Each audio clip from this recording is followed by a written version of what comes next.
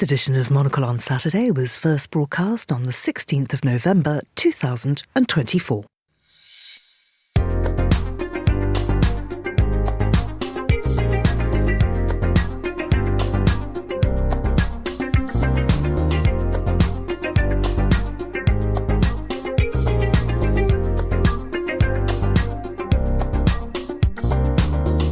Hello, I'm Georgina Godwin, broadcasting to you live from Midori House in London. This is Monocle on Saturday. Coming up on today's programme, we look through the week's news and culture with the founder of China Dialogue and current chair of the judges of the Baillie Gifford Prize for Non-Fiction. That's Isabel Hilton. Then, I believe it's important in itself to promote a book design culture that's experimental, that is, creative, because in itself, a book is not just knowledge, it's a cultural product. We'll hear from the publisher behind the most beautiful book in the world, the Danish Architectural Press. Plus, we'll find out why British readers are continuing their love affair with Japanese books. That's all ahead here on Monocle on Saturday with me, Georgina Godwin. First, though, here's the news.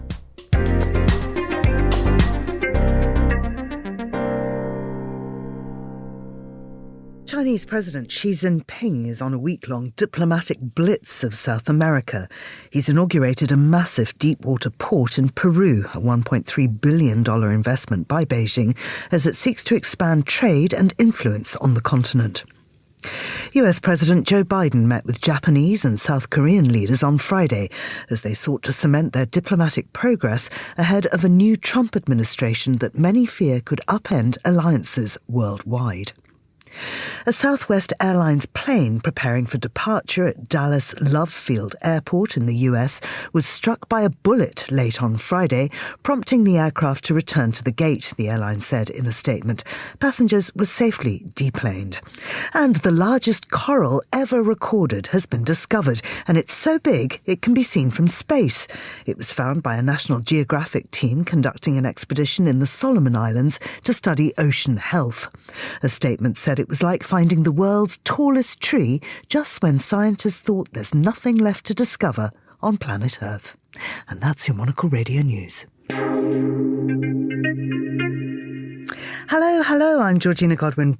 Very warm welcome to you to Monocle on Saturday, and a very warm welcome to Isabel Hilton, who, of course, as you know, is a frequent contributor here at Monocle Radio. She's also the founder of China Dialogue. Isabel, you and I have just been in the United States. This is true, yes. And both in the South. Unusually. Certainly for me. Yeah, yes. and me. I'd never really been there before. And what I felt was, although I've been to New York many times, this was the first time I'd been to America. I know what you mean. It is extraordinary. I mean, you went on a rather more extended tour than I. I was in Atlanta, Georgia. But even that is fascinating. You feel that every America is there because it was the home base of Martin Luther King. His church is there. There were some extraordinary sermons preached just after the election. But it's also the state that returns Marjorie Taylor Greene to Congress. And she's the woman who tweets about Jewish space lasers and says the Democrats control hurricanes.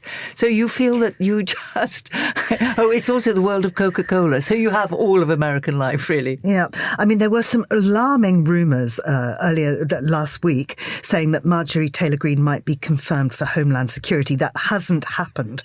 But there have been some equally bonkers choices, haven't there? And I mean, it's all over the news this week. Well, I mean, it's jaw-droppingly extraordinary. So we have... Tulsi Gabbard, who's been put in charge of, or is nominated for taking over the intelligence services, and she was a former Democrat. And as one congressman put it, you've put someone in charge of the intelligence services who would not pass the background check for even the lowliest job in the intelligence services.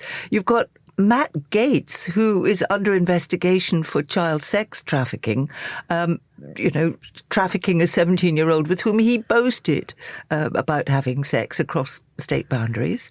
And Pete Hegseth, who is described as having served in Afghanistan. He was the security guard for his unit and is discovered to have a tattoo which is banned in the army because it's associated with a far-right group. And he's a host on Fox News. And he's a host on Fox News. And apparently Trump is attracted to him because he looks the part. He's in Trump's eyes, good looking. I mean, so how much of this is just trolling by Trump and how much is actually going to go through? Well, there is one theory that this is trolling and that he will put up this extraordinary bunch of deeply unsuitable and unqualified people in order to get in order that the second round of picks would get through without much opposition, and they could be more qualified but equally dangerous, if you like. So, instead of focusing on the qualities of the people who'll get a job, he's hoping to frighten the horses so that, he pretty much has an open door next time round. Because he controls both houses of Congress. So it's very much up to the behaviour of Congress now as to how much of this madness is allowed to proceed. And it's quite interesting. I mean, in this country, if you have a big majority, what you then find happens is you get rebellions in your party.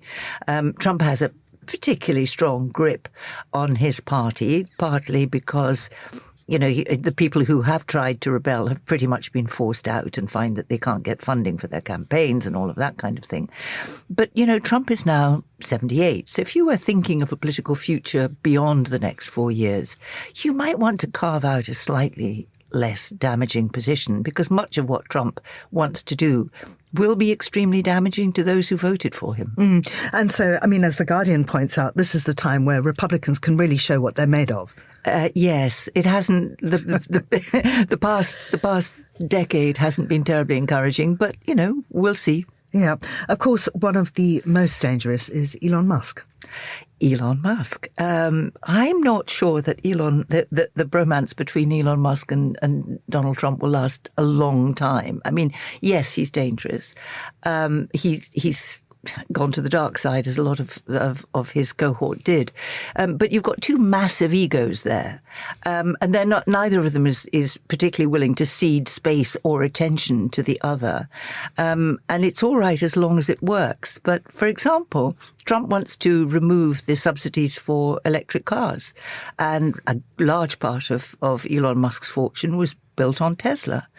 He does have an interest in maintaining his relationship with Trump because of his space program, which is massively subsidized, again, by the federal government. So he may sacrifice the cars for the rockets, but it's going to be a potentially rocky relationship, I think. Absolutely. And that sort of relates to another story about ExxonMobil, the petrol or the fossil fuel company.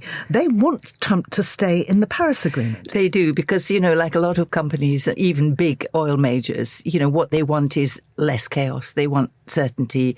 ExxonMobil is the big bad company in terms of climate change, because they've known about climate change for decades. They concealed it. They went on expanding their business. But chaos isn't good for business, and they want the United States to maintain its influence over the climate agenda. And if they walk away from the Paris Agreement and even from the UNFCCC, that is the end of their influence. They become a kind of isolated, perhaps United States and Argentina, former duopoly. That remains to be seen. But that's not enough for a global company like ExxonMobil. They want to be in the conversations. They want to be developing their own renewables division, and they want stability in the market. And Trump promises none of those. There's just a lot that Trump says he will do that he may not be able to do, like dismantling the infrastructure program, the IRA, that Biden very, very successfully set up.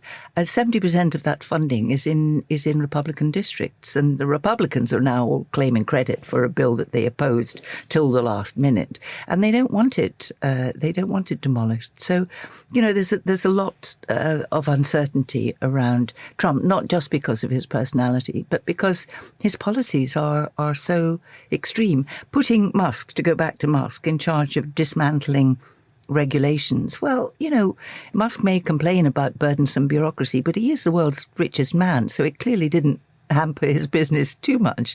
And regulations protect people. Absolutely. And in terms of the whole climate side of this, of course, COP29 is going on at the moment in Baku in Azerbaijan. It's not going all that well. It's not going terribly well, no. I mean, for a start, it's a petrostate that's hosting it, and they have made no secret that they remain attached to fossil fuels. It's a critical moment of the very, very long-running negotiations negotiations over finance to the victims of climate change, the smaller, poorer, more vulnerable states that didn't cause the problem. And it's part of the global deal that the states that grew rich on emitting carbon, like the United States or Britain or Europe, need to help them both to survive what's coming, but also to develop clean economies of their own. And that, we've been talking about this for a long time, about 15 years at least. And with the United States withdrawing or threatening to withdraw, then clearly another shadow is cast over that. There's also, the science this year has been extraordinarily alarming. And those people who are involved deeply in the climate negotiations are becoming more frustrated, not so much with the idea of the global process, but with the pace of it. Because if you have to have everybody agreeing to everything, you always default to the lowest common denominator, and it's just not moving fast enough. And we are now seeing, the beginnings of really, really terrible climate effects. So unless we find a way of moving faster, and a lot of experts have been very vocal about this COP, they're saying this just isn't good enough. We need to move faster and find ways of moving faster, and this may involve changing the whole COP process. My own view is that the time it takes to change the COP process is just another waste of time, to be honest. And then what is more likely to happen is that you get side deals going on in a much more vigorous way, coalitions of the willing. And if you look at who are the big emitters, you don't need the whole world. You need the big emitters to move faster. So perhaps focusing on that will be the way forward. I hope so.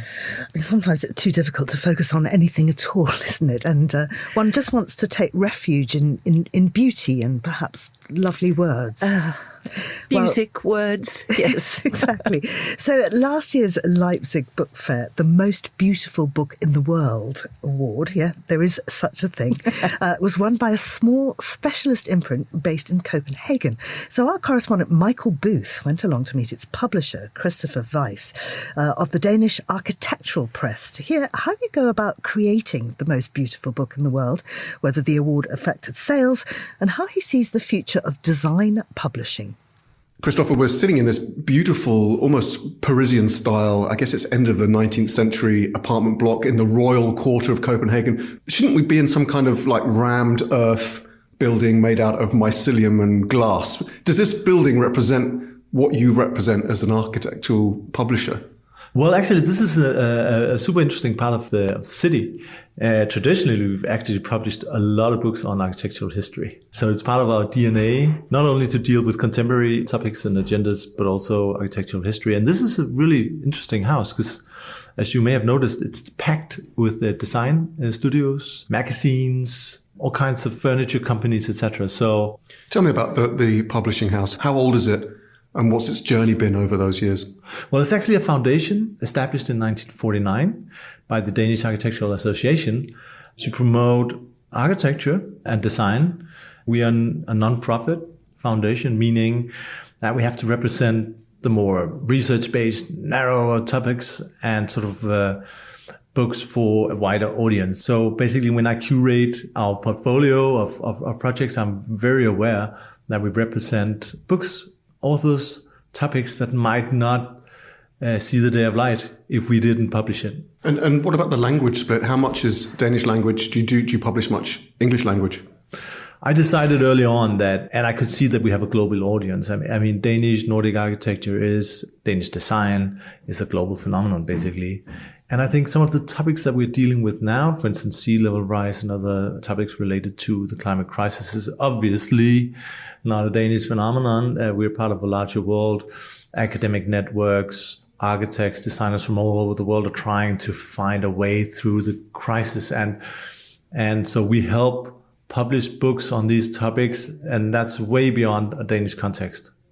And I mean, talking about climate crisis and rising sea levels, your kind of standout book from last year, which won the most beautiful book in the world title at the Leipzig Book Fair, was called Critical Coast and was the book of the Danish entry at the Venice Biennale. Tell me about that. How do you create the most beautiful book in the world? Well, that's a good question. And I believe that you should really spend a lot of time and energy finding people who are way better than you are. And then giving them, and this is a very important point to me, creative freedom. So once you've found these talents, in this case, Alexis Mark. Which I should just point out, isn't one person, it's a trio, a collective, graphic design collective.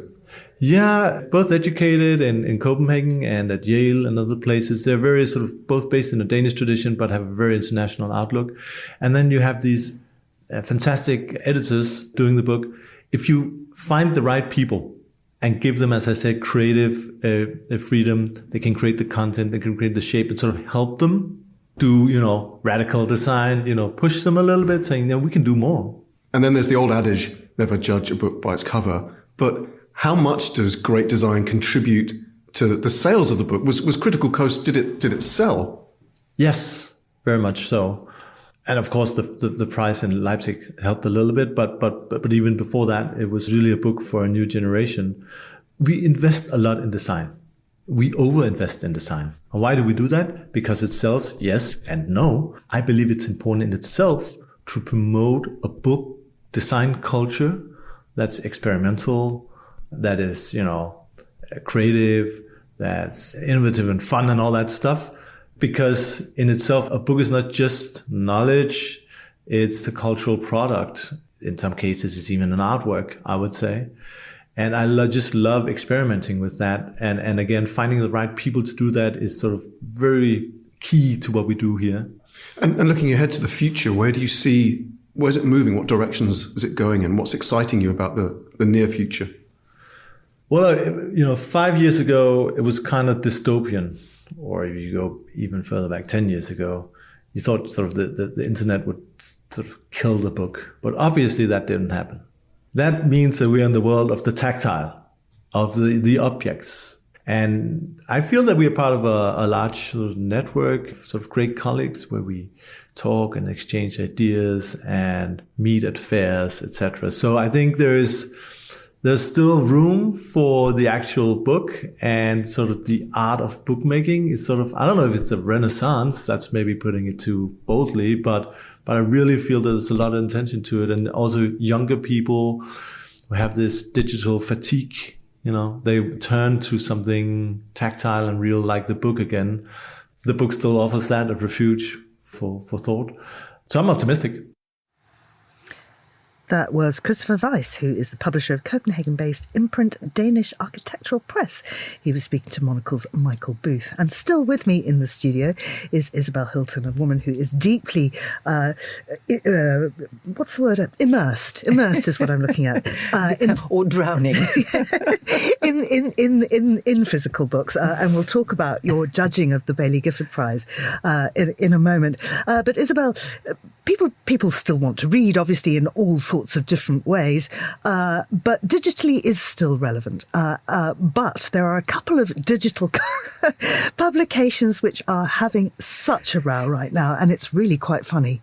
This is almost my favourite story of the week, I have to say. The Onion, which is think private eye, but also digital. The Onion actually, I think, has a print edition, but it's mainly known for its online satire. And it is quite funny.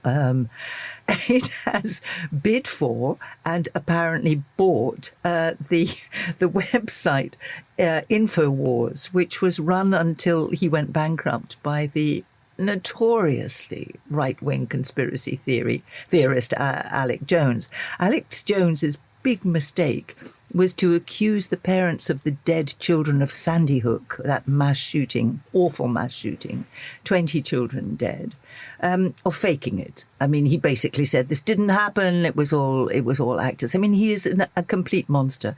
Anyway, they sued him. So this has gone on for 6 years, and they won. And so he has to pay $1.4 billion in defamation to the parents, which he doesn't have. So there is a fire sale of his assets, including InfoWars. I should also say that InfoWars, in addition to peddling dreadful conspiracy theories and hurting people very deeply. It also peddles merchandise, so supplements of all kinds. And all of these right-wing websites are actually, sales machines, including Donald Trump. I mean, he's still trying to sell merchandise. It's extraordinary. And so after the case appeared to be settled and the purchase appeared to have gone through, the judge intervened because the rival bidder, who are connected with Mr. Jones and with a company in Texas that sells this merchandise, said that, hang on a minute, we also bid. So the judge is just trying to sort out who has actually won and whether, he's not saying there was any irregularity, but he is saying that the process was, rather poorly handled. But it will be very funny if the Onion gets hold of InfoWars, and their plan is then to run a kind of satirical version of itself, which would run throughout the Trump presidency and would be very entertaining to watch. I cannot wait. I really hope that it happens.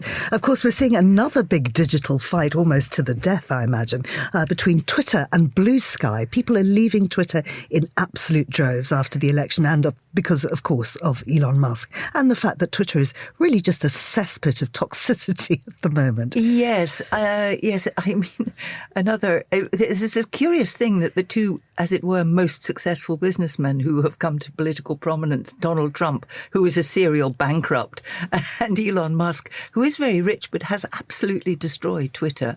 They're both quite extraordinary. And I think that, a lot of people, including me, I'm still on Twitter because Twitter just worked so well. But the emergence of Musk as a political force and the things he said, things like civil war is inevitable in the United Kingdom and all sorts of, nonsense that he now promotes and advocates on Twitter have finally broken the spirit of those who wanted a reasonable place to exchange ideas and information. The problem has been that the way Twitter works was just so convenient that the rivals that have been around haven't been as good. But I think finally Blue Sky is having a big moment and a lot of people have deserted. The Guardian, the Times says that it's had more than 1 million sign-ups, and this is a couple of days old, so I imagine much more than that. Since then, people are absolutely flocking to Blue Sky. I've joined, and I have to say it feels like this wonderful breath of fresh air just being there without this constant stream of just horrible tweets, mostly from Musk himself. I mean, my timeline was just full of Elon Musk commenting on his own site. It's curious because I don't get that, but I have a rather peculiar set of people I follow on Twitter. I mainly follow geopolitics and China stuff. And so I haven't actually suffered as much as many people I know from this awful kind of tide of sewage. It doesn't come into my feed, but I know it's there and I certainly don't want it in my feed. Yeah. Well, when I was setting up my Blue Sky, it gives you all sorts of sort of ways in which you can decide what, so I'm saying I want to hear more about dogs and I want to hear about, and it seems the tradition is when you join Blue Sky, you have to show a picture of your pet and of your bookshelf. And I mean, who doesn't want to be on a site where those are the important things? Well, indeed. But the book chaos in my house really shouldn't be revealed to the public. But I must ask you, how do you get your followers from Twitter onto Blue Sky? Yeah, I mean, that is a problem. I mean, I've put a thing on Twitter saying, look, I'm going to Blue Sky. And then I think the thing is you just follow as many people as possible and hopefully they follow you back. But I mean, I've got, I don't know how many thousands of followers on Twitter. Me too. Probably, under 100 at the moment on Blue Sky. But it just feels so much better. And I use Twitter just to link to programs that I do. It's just a way of pushing out content, really, for me. At Blue Sky, I hope will be, I don't know, perhaps more of a conversation rather than just a kind of one-way broadcast. Well, that would be nice. I think in these very difficult times, we all need a home, don't we? So absolutely. That's it. Yeah. So if you are a Blue Sky user, both Isabel and I are there. And we'd love to hear from you. So that's perhaps something. I really did spend, I woke up in the middle of the night last night and thought, right, well, I'm going to do this now. And then just spent hours and hours discovering all these people I'd forgotten on Blue Sky and seeing lovely things they'd written. And it really just did feel like I could see clearly now. Look all ahead, there's nothing but blue skies. Well, that's a big push. I will definitely take it more seriously. Now, I want to talk about Japan and British readers who are continuing their love affair with the country as they pick books set in Japan as their favourite reads of the year. So the Books Are My Bag Readers Award is the only book award curated by booksellers and voted for by readers in the UK. And the winners were announced this week. So the news comes as Japanese authors top the translated fiction charts in the UK. And Japan was named the world's #1 tourist destination by Condé Nast Traveller readers last month. So joining me on the line is Vivian Godfrey, who's one of the judges of the awards and the CEO and owner of Stanford's, that wonderful travel bookshop, and Battersea Bookshop too. Vivian, welcome to the show. Thank you so much. Tell us about Books Are My Bag competitions. Yes, so Books Are My Bag, as you've just said, is it's a big deal in the book industry because it's the only book awards curated by booksellers and chosen by readers. And there are 6 shortlists: fiction, non-fiction, poetry, young adult fiction, children's fiction, and breakthrough author. And then finally, there is a Reader's Choice Award that's totally chosen by readers and is not influenced by the booksellers who are basically choosing the other awards. So tell me about the prominence of Japanese writers. Well, I think Japan is a fascinating place. We, the staff at Stanford's, feel that it's amazing. It's a unique, wonderful culture. It's fascinating to read about, and so there's a great demand. And at the moment, as you've said, any books about Japan seem to really have the Midas touch.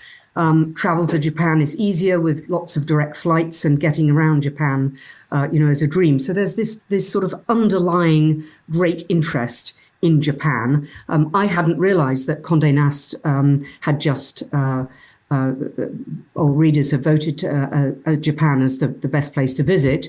But perhaps, that really underpins why people are reading so much about Japan. So Abroad in Japan by Chris Broad won the non-fiction category and also the public vote-driven Reader's Choice. But then we also saw Asako Yuzuki, who won Breakthrough Author. Now, it's a wonderful book. Tell us a little bit about Butter. Loved that book. Well, I have to admit I haven't read Butter yet. It was suggested by one of my team at Stanford's. So it's going to have to be on my bookshelf immediately. And I look forward to reading it. I know that Asako Yuzuki, she made a wonderful little video to thank everybody for the award. And I should mention that most of the authors for the awards were at the ceremony itself. And I was really honoured to be able to present the non-fiction award to Chris Broad for Abroad in Japan. He also made a video which was very humorous, and it looked like he was standing in his kitchen or in a restaurant kitchen somewhere in Japan. And he had a great time telling people about his 10 years in Japan and what caused him to write the book, which has turned out to be so popular. And finally, fiction, David Nichols with his wonderful story of first encounters in You Are Here. Yes, that's set on the coast-to-coast walking route through the Lake District. And we've seen a lot of books this year published and last year, I think as a result of COVID and people wanting to get out there and enjoy nature. So David's book is part of a very popular genre at the moment, and I highly recommend it. I'm not going to say anything about it because otherwise it will spoil it for your listeners. Well, it is a really lovely book. But Vivian, just before you go, it's a really lovely bookshop too. Just tell us a little bit about Stanford's. Yeah, so Stanford's was founded in 1853 by Edward Stanford. And my family got involved in 1923 when my grandfather, Gordon Godfrey, joined. So Stanford's has been publishing and selling maps and atlases and globes and so on since 1853. And even though we've moved now to our 6th home in Mercer Walk, we have traded in Westminster all that long time, all those years. And we are just so delighted when customers come from far and wide across the world, really, to visit us. We are very much a destination shop. We suffered enormously during the COVID pandemic because, first of all, the government made us close, and secondly, people weren't travelling. So our sales really took a big nosedive. And for part of that reason, we decided to open a generalist bookshop called Battersea Bookshop in the Battersea Power Station. And that's doing really well. And we have a very, very loyal following of people who live in the Battersea area going there. So Stanford's is reaching out and doing different things in order to keep going.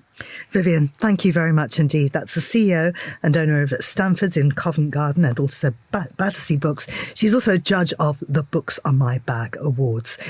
So many thanks there to Vivienne Godfrey. We're back in the studio with Isabel Hilton, who is also the judge of an award, and the winner of that award will be announced on Tuesday. It's the Baillie Gifford Prize for Non-Fiction. And Isabel, I've judged this prize myself in the past, and I know it's a very long and intense process.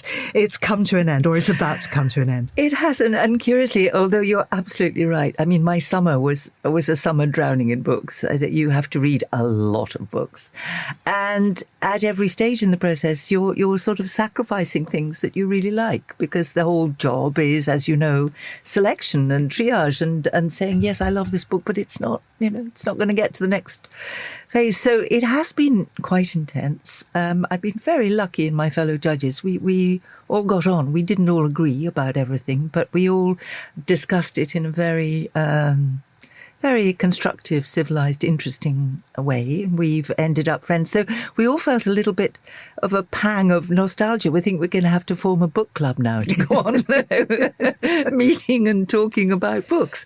But yes, it all comes to a climax, I guess, next week with the ceremony in London and the announcement and a general celebration of the most amazing range and quality of non-fiction books, which has been one of the huge, yes, it's work, but one of the huge privileges is that we have all read some extraordinary books. I mean, the shortlist is just wonderful. The shortlist is wonderful, and it's quite diverse. When I was in Atlanta, I was rereading the shortlist, as you do, and I was sitting in a cafe reading The Story of a Heart with Rachel Clark's extraordinary account of transplant between two 9-year-olds, essentially. With tears, kind of. I don't know what people thought. I defy anyone to read this book without weeping. There's a terrifying book about nuclear war, a scenario for nuclear war by Annie Jacobson, which is completely unforgettable. There's an extraordinary range of form, that we have A Man of Two Faces, Viet Thanh Nguyen, thank you very much. And Question 7 by Richard Flanagan, which both play with form, with memoir, with memory, with history, with the interaction of events and personal lives, of what you can know, of ethics, of morality, in really interesting experimental ways. Yeah, there's a wonderful biography of Paul Gauguin by Sue Prideaux, who is a really remarkable biographer and an extraordinary subject. And there is a history of Indonesia, of 20th century Indonesia, which is, again, groundbreaking. It's by, in fact, a Belgian writer, David van Reybrouck, who did comment that a lot of Dutch readers said, well, go back and look at the Congo, kind of, because there's obviously a lot of criticism of Dutch colonialism in this book, and Belgium has its own record in that regard. But again, it's a huge and important country, which we really don't consider very much, but right now, we are all having to think about what the world looks like in terms of the non-aligned movement, which Indonesia gave birth to with the Bandung Conference in the 50s.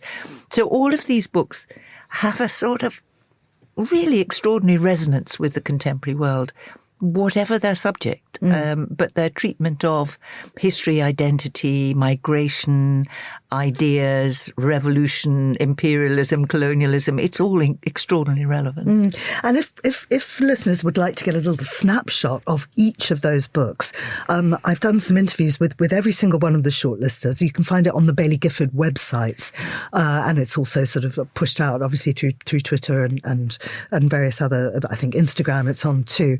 And that just tells you all about the books, which I think is a wonderful thing to know before the winner is announced on Tuesday. Now, Tuesday night, Isabel, we'll see us both up on stage. All worrying about what we're going to wear, I think, yes. Yeah, ridiculous. I have to tell you, listeners, here we are, two women who do really think. We do have brains, and we're really just chatting about what we're going to be wearing.